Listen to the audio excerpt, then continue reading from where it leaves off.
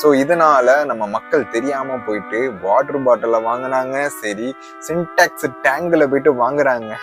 ஒழுங்கா எவன்லாம் வாங்கினியோ கொண்டு போய் வித்துரு, இல்லைன்னா பிளாஸ்ட் தாண்டியோ.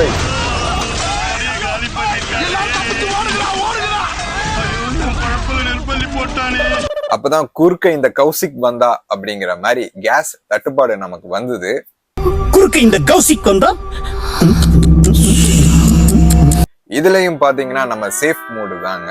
ஏன்னா ஈரான் பாத்தீங்கன்னா ரீசெண்டா ஒரு ஓப்பன் ஸ்டேட்மெண்ட் சொல்லியிருக்காங்க, இந்தியா வந்து என்னோட ஃப்ரெண்ட் கண்ட்ரி மாதிரி, நான் வந்து இந்தியாவுக்கு வந்து பாத்தீங்கன்னா அங்க கேஸ் தட்டுப்பாடு இருக்கிறதுனால நான் அவங்க கப்பலை அலோவ் பண்றேன் அப்படின்னு சொல்லி ஓப்பன் ஸ்டேட்மெண்ட் சொல்லியிருக்காங்க.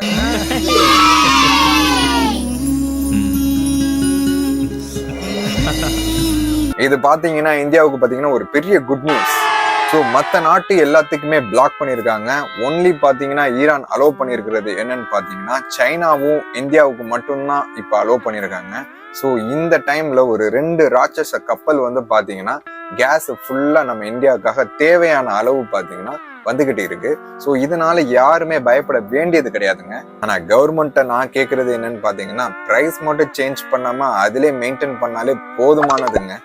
ஸோ இந்தியா எப்பவுமே பார்த்தீங்கன்னா ஒரு ஸ்டாண்டர்டான நிலையில தான் இருப்பாங்க. நீயும் என் ஃப்ரெண்டு, நீயும் என் ஃப்ரெண்டு அப்படிங்கிற மாதிரி நம்ம சுத்தி உள்ள எல்லா நாட்டையுமே ஃப்ரெண்டா தான் வச்சுக்குவோம். சரியில்லாதவனை பார்த்தா விளைவிக்க நமக்கு இருக்கடா வம்பு, இருக்கடம் தெரியாம இருந்துட்டு போயிரும்டா, அப்படி இருக்கிற இடம் தெரியாம இருந்துட்டு போயிடும். ஒரு பையனை மட்டும் தான் நம்ம விரட்டி அடிப்போம். ஏன்னா அவனை பார்த்தாலே அடிக்கணும்னு தோணும், அதனால அவனை அடிச்சிருவோம்.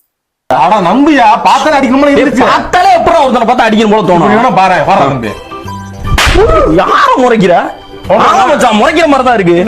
என்ன முறைக்கிற? எதுக்கு இது மாதிரி காமெடி இன்ஃபர்மேஷன் பாக்குறதுக்கு சப்ஸ்கிரைப் பண்ணுங்க. இது போல ஒரு சூப்பர் இன்ஃபர்மேஷனோட நெக்ஸ்ட் வீடியோல மீட் பண்ற வரைக்கும் டில் தென் பாய் மக்களே.